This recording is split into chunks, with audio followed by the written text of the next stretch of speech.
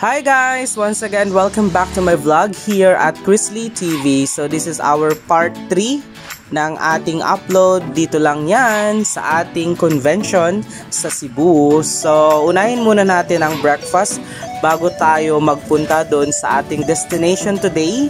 So bali ang first destination natin guys ay pupunta tayo sa waterfront. Cebu City Hotel and Casino. So doon po gaganapin yung aming convention. And after po doon, meron kaming invitation na galing po sa isang book company and then mag-a-attend po kami. So that's the highlights of our part 3 upload. So ngayon, papunta na kami guys sa ating convention center. So bali medyo traffic lang pero okay lang naman, at least umuusad. So, tara guys, samahan nyo ako. Let's go! So, ganyan ang view guys. Pag nandito tayo sa Cebu City, marami ding mga buildings. And then of course, hindi masyadong ma-traffic unlike sa Manila. Okay guys? So, nandito na tayo sa waterfront. So, hintayin lang natin mag-park yung sasakyan and then bababa na rin tayo. Okay? So, tara! Siyempre, entrance, check ng bag. Okay? And then by the way, ito pala yung isa sa mga exciting part din na kung saan magsha-shopping kami ng mga items sa mga book company na nag-participate dito sa convention. Ayan. So kagaya nga ng sinabi ko, lahat ng umattend dito ay mga Catholic schools, mga Catholic educators. Ayan. So una na lang dito si Dane. Ayan, may pa-free picture po sila. And then of course, marami pa po, kaso yung iba hindi pa po sila open.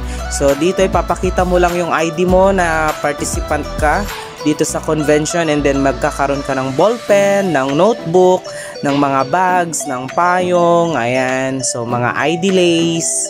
So meron din silang mga pa-games pagka gusto mong participate dun sa games nila. So yung makukuha mong points, ma-equivalent po yun na prize. Ayan. So kagaya dito, may mga nagbibigay din ng mga bag, mga tote bags. Ayan. Kagaya nito. So thank you so much Vibal sa pagbibigay po ng bag. At ito naman si Joe Ace. So okay naman yung kanilang pa-freebies bag din. Ayan guys, so scan lang natin yung mga IDs natin, and here naman meron silang pa-tote bag din. So thank you so much po. And of course, wag natin kalilimutang ipa-scan yung code kasi bawal na pong umulit once na nakakuha na po.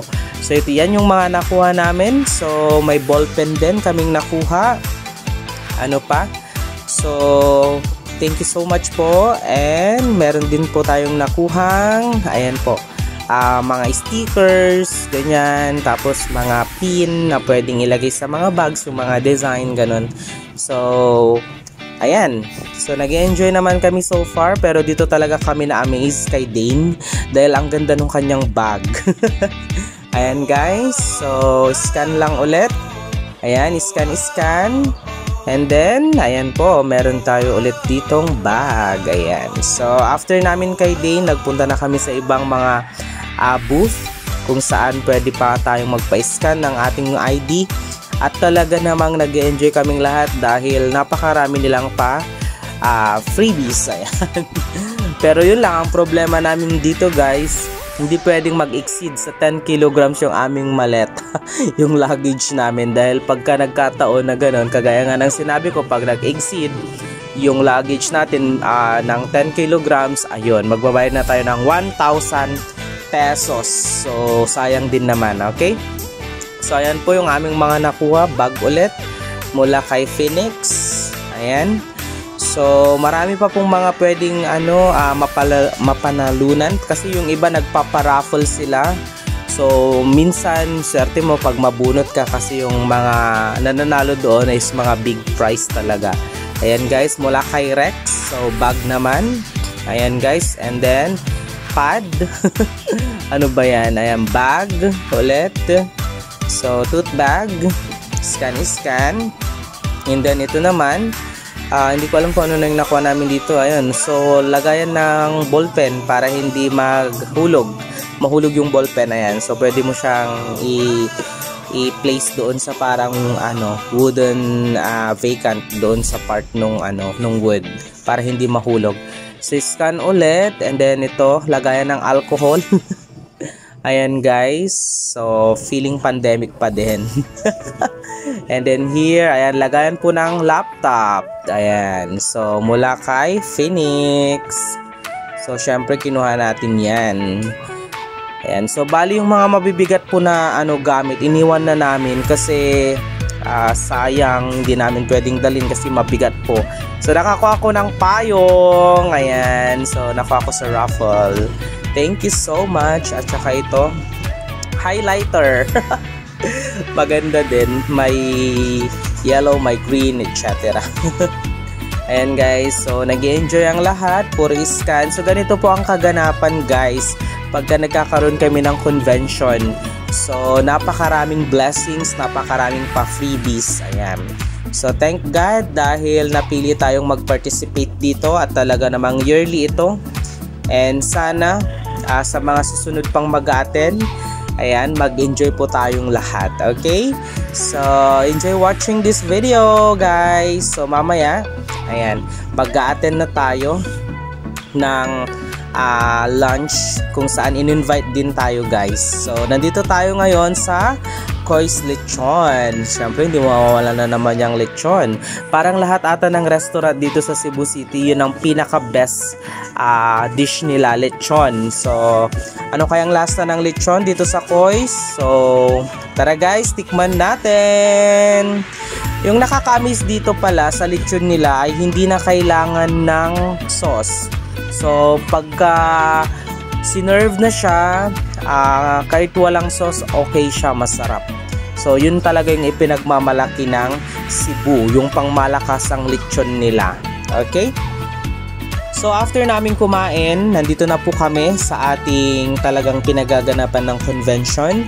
So nag-attend po kami dahil importante po yung isa sa mga talks ng ating speaker. So thank you so much Monsi, Father Monsi dahil na-enlighten kami tungkol sa kung bakit nagta-transfer or mayroong migration ng mga teachers from private school going to public. So thank you so much po.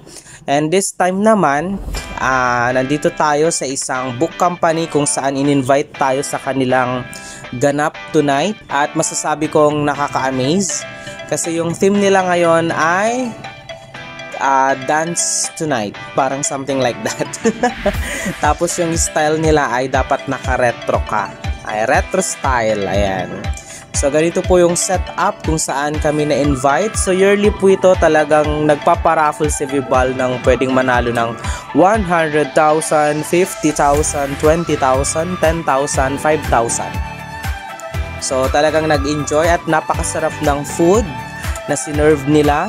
Kung pwede nga lang mag-take to, diba? So, nag-start na yung program. Talaga namang more on sayaw-sayaw.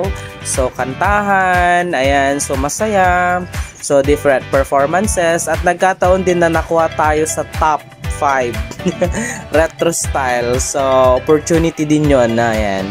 So, dito, pauwi na tayo guys. At talaga namang nag-enjoy tayo for this part 3 ng ating Cebu trip. Thank you so much for watching!